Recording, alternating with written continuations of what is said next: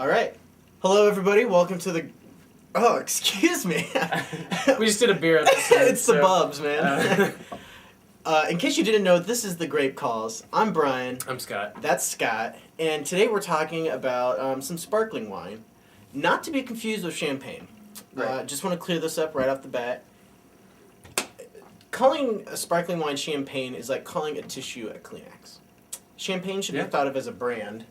It's a place in France, and the only wines that should be called champagne are wines from Champagne in France. Yep. So this is a Prosecco out of Italy, so it is called a sparkling wine. Yes. And actually, this is of the Frizzante variety. Mm-hmm. Which is very interesting. Yeah, which is like slightly carbonated, correct? Right. We can see, I don't know if you all can see it, but there are bubbles, Some going bubs. here. Yeah. Yeah, I'm actually surprised how many bubs are floating around in here. Right, so I have no idea how to gauge what Frizzante means in this case, Yeah. but I'm interested to see what's going on. What do we have here? I don't even know if I know what's in here. Yeah. Well, first of all, Scott's looking at that stuff. I want to talk about how sparkling wine is made. Generally, when you crush the grapes and you have the juice, you put it in a vat or like in a big tank, whether it be stainless steel or oak, and it's open. Well, it's closed, but I mean there's, air in it, and, the juice turns into the wine. Well, with sparkling wine, they put it in a pressurized tank, or with champagne, they actually put it in the bottle and seal it, so that when the juice turns into wine, it gives off carbon dioxide, and, since it's sealed, it has nowhere to go. So, that ends up in your wine. Mm-hmm. So yeah, Prosecco, this is out of Italy. Yep. It's 10.5% alcohol, so a lot of times with... Riondo, that's Riondo. It's the brand. It's the winery. Tell them they came with this little shelf talker, bottle talker. Yep, little thing sitting here, just letting us know that it was on Good Morning America, and it was given a 90 point score by somebody at the Wine Advocate. Yep. Which is interesting. Mm-hmm. So in 2002, that's when that happened. Yeah. So I'd like to know Let's what's get going into on the in nose here. here. Yeah. Doesn't smell as dry as I thought it would. Getting Apple. apples, That's, I think for me, pretty much the story. Some apple and a little bit of oak. Just a hair though, just an ever so slight amount. Yeah, like it was touching oak. And maybe a little bit of pear.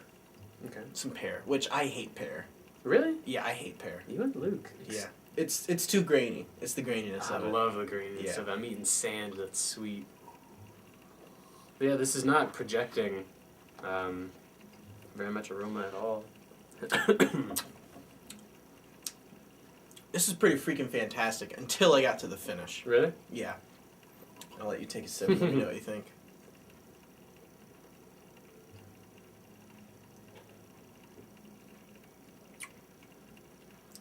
For me, the attack is awesome. The bubbles are great because my problem with sparkling wines a lot of time, I don't really care for carbonation that much, and the carbonation is so overpowering that I just don't like it. But with this wonderful Frizzante wine, it's just a little bit, just a hair, and I'm really enjoying it. It's kind of a nice balance between the bubbles and the actual wine. Yeah, so I'd say it's a lot more than what you'd normally call Frizzante out of a still wine. Yeah.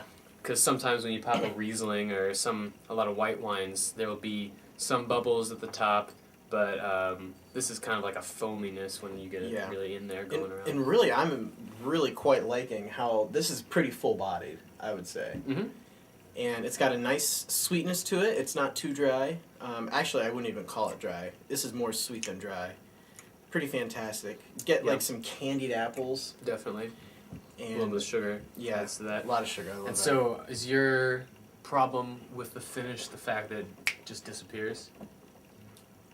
No, it's or not. You don't well, like... it does kind of disappear, but it gets really funky. Really? Yeah, like. Like, it's like, hanging out in the party, chilling out upstairs, listening to the music. And then there's that one guy who just, like, falls downstairs, just boom, boom, boom. That's what the finish is to me. It was just really weird and just, like, took a turn, like a turn into, whatever. Turn into the telephone pole. Really weird. Maybe. I mean... But the sweetness is so good. It's so good. Yeah. And it's not overly sweet either, which I'm really enjoying. No. I don't think I've ever eaten anything that was overly sweet for me. It's very well balanced. Very well balanced. Yeah. Is the finish almost like a I don't know, either like cross between vinegar and gasoline, something like that. I can kind of see what you're talking about, but I'm not getting it as much anymore. But my first initial impression was not very good. Okay. So it's gotten the finish has gotten quite a bit better. I do, now that I'm thinking about it, feel like just a tiny bit of heat in the back. Really? Yeah, which is interesting. That's good for you though. You love the heat. Right, but this is only 10.5%, so I find it a little bizarre. I'm not getting there. any of it. But anyway, let's talk about scores, Scott. What do you want to give this? 81.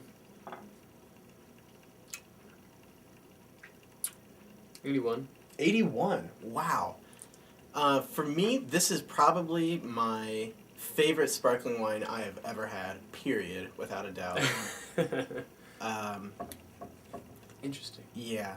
And I would say go out and buy this as soon as you can. I'm not sure how hard it is to get it, so I'm only giving it a one thumb up for recommendation. But as far as scores go, I'm giving this 92 points. Yeah. It's freaking awesome. This is the stuff that you could just suck down all night. That's true. Like, man, you have this with some duck or like some tilapia. Oh, be in heaven. Holy crap. Yeah. Yeah.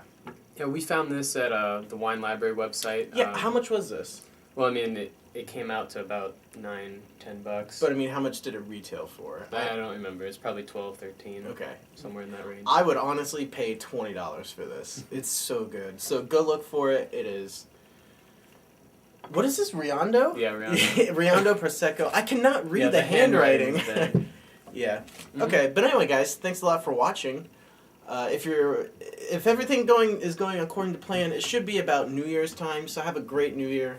Oh yeah, I forgot. Yeah. Happy New Year! Happy New Year! We forgot that. Scott and I are pumped to carry you guys into the next year. Mm-hmm. We're gonna keep going at it. It's gonna be awesome. So thanks for watching. Keep watching. We love you guys. We'll see you later.